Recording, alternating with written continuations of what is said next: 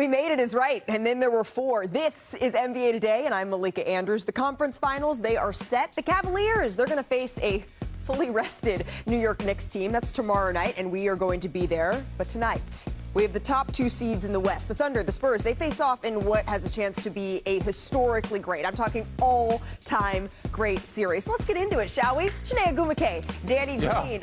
My friends, let's start out east. Why not? That's our series here on ESPN and ABC. And Chiney, when you're looking at the biggest question in this series, what is that? I think they can do it. Can the New York Knicks actually deliver? Wow. Not just coming out of the Eastern Conference, winning the finals, but more so, can they win it all? This is the hottest team in basketball. We've never seen a 10-game stretch where they're outscoring their opponents by bonkers numbers like this. So I'm excited to see if the Knicks can keep it rolling all the way to the top. And it does. I know Jalen Brunson is on the screen right here, but it does feel like Karl Anthony Towns is the single player that we're all going to keep an eye on. More on that in just a bit. But Danny, we know there is so much excitement about this Western Conference Finals. The biggest question here is what? Does the regular season matter? Ooh, good one. I mean, OKC and San Antonio has had great matchups, and San Antonio's beat them most of the time, 4 out of 5 times, I believe. Matchups, I mean, maybe 6 times in a short span. But to me, regular season does not matter. So I give a slight edge to OKC because of experience. But this Spurs team is hungry, and they could definitely get it done in 6 games if they play like they play. Does the regular season matter? Interesting. You know what I think the regular season tells us, Chiney? What does it? It tells us that the Spurs are capable. It doesn't necessarily mean they will, but that the San Antonio Spurs are capable. And to Danny's point, the Spurs, they are the only team with a winning record against the Thunder this season. They won 4 out of those 5 meetings, right? San Antonio, they won both home games against Oklahoma City. They did win at that neutral site, the game in Las Vegas for the Cup semifinal, right? And then the Christmas Day game in Oklahoma City. But I know that was months ago. I think all of us could use a little refresher here. So let's go back, Chiney, to mid-December. It was San Antonio, OKC in the NBA Cup semifinals. This is when De'Aaron Fox, Devin Vassell, Stephon Castle, Victor, who came off the bench, combined to score 89 points. They'll need to have that type of production against the #1 defense and the #1 squad in OKC. And they barely eked this one out. The final score 111-109. So then San Antonio, they would lose the NBA Cup final 10 days later. But when they welcomed OKC into town, this was another dominant performance from San Antonio. Despite a quiet night from Wemby, he only had 12 points. It was Keldon Johnson, the 6th man of the year. Yeah, he dropped 25 on top of 24 from Steph Castle, a 20-point win. So make it 2 for San Antonio in 10 days. And that brings us to Christmas Day. In just 26 minutes, Wemby was excellent. 19 points, 11 rebounds. The Spurs picked up their second double-digit win over OKC. Here's J-Dub when he was talking about Wemby and his impact after this game.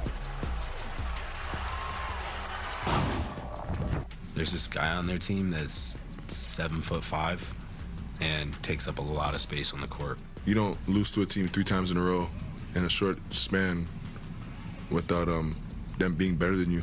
So we have to get better.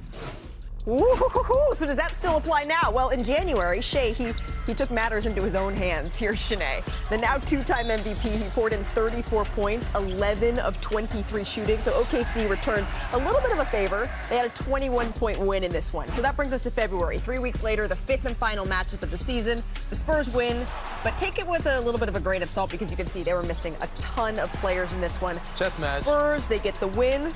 They finished 4-1 against the defending champs. So to your point, Danny, the question is, does any of that matter now in the Western Conference Finals? Here's what the odds makers say, right? The Thunder, they are the -260 favorites. The Spurs, they have +210 odds. So actually not a huge difference here, according to DraftKings Sportsbook, but a difference maker could be the health of this series. So let's say hello to our senior insider, Shams Charania, who joins us fresh off brunch. Shams, big news in Oklahoma City ahead of tonight's matchup against the Spurs. What update do you have on J-Dub here? Malika, Jalen Williams has been cleared to play in Game 1 tonight against the Spurs. J-Dub actually said on his YouTube channel over the weekend that he is fully healthy and he's going to be a full throttle go in this Game 1. And the reality is the Thunder being able to sweep the first 2 rounds of this series, the first round, the second round, now up until the conference finals, allowed J-Dub additional time to get right and get some rest in. If the series last round had extended, we would have seen him back late in that series, but now he's rested and ready to go against the Spurs. And we know that he is going to be a huge factor in this series. In fact, behind Kenrich Williams, who defended Victor Wembanyama the most for the for the Oklahoma City Thunder, rather, it was J-Dub. Shams, thank you very much for that insight. We're going to be seeing you soon in the Eastern Conference Finals. But this series, friends, it's just going to be the third time in postseason history that it's featured two teams that enter the series that have outscored their opponents by 125.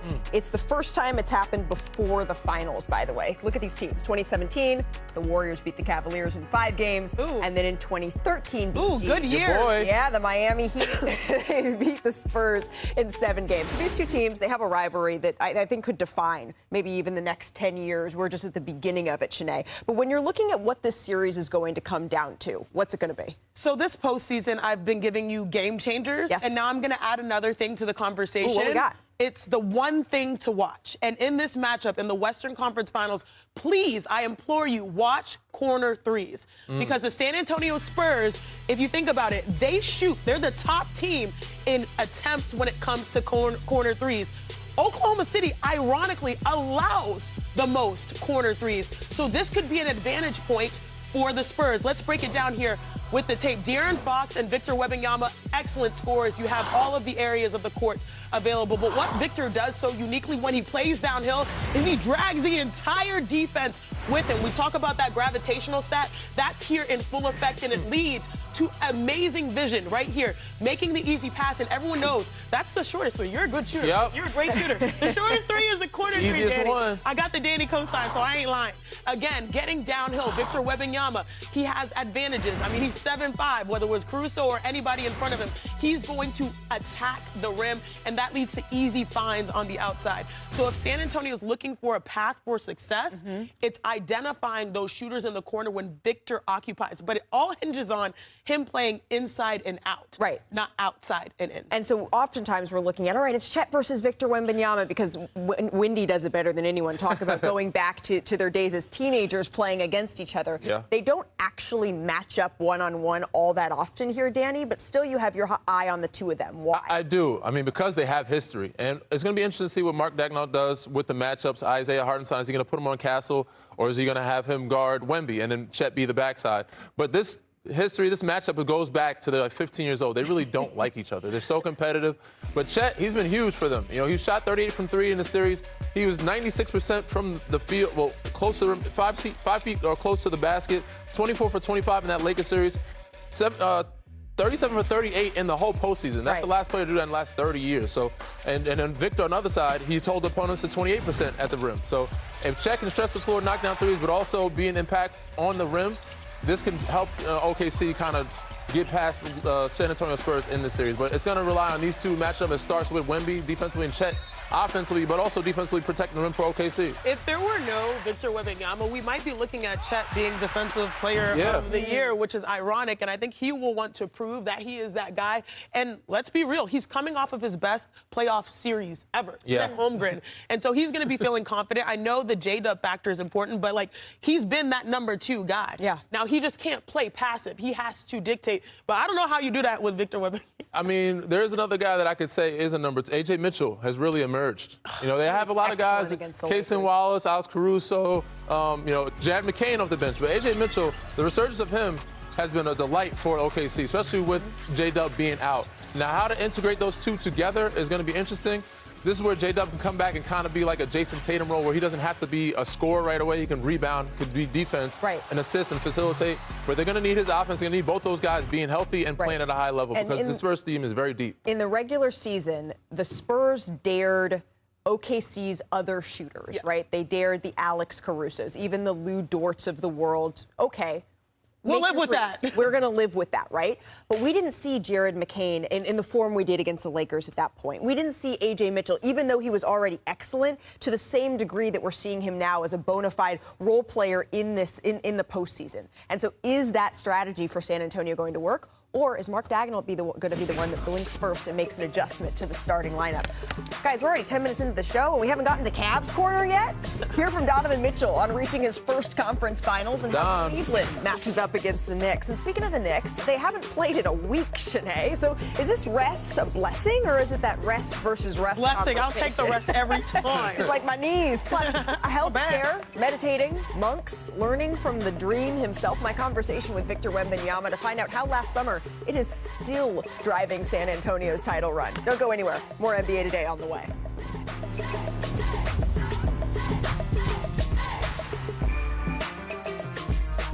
Chipotle Honey Chicken is back. Step into summer with fresh grilled chicken.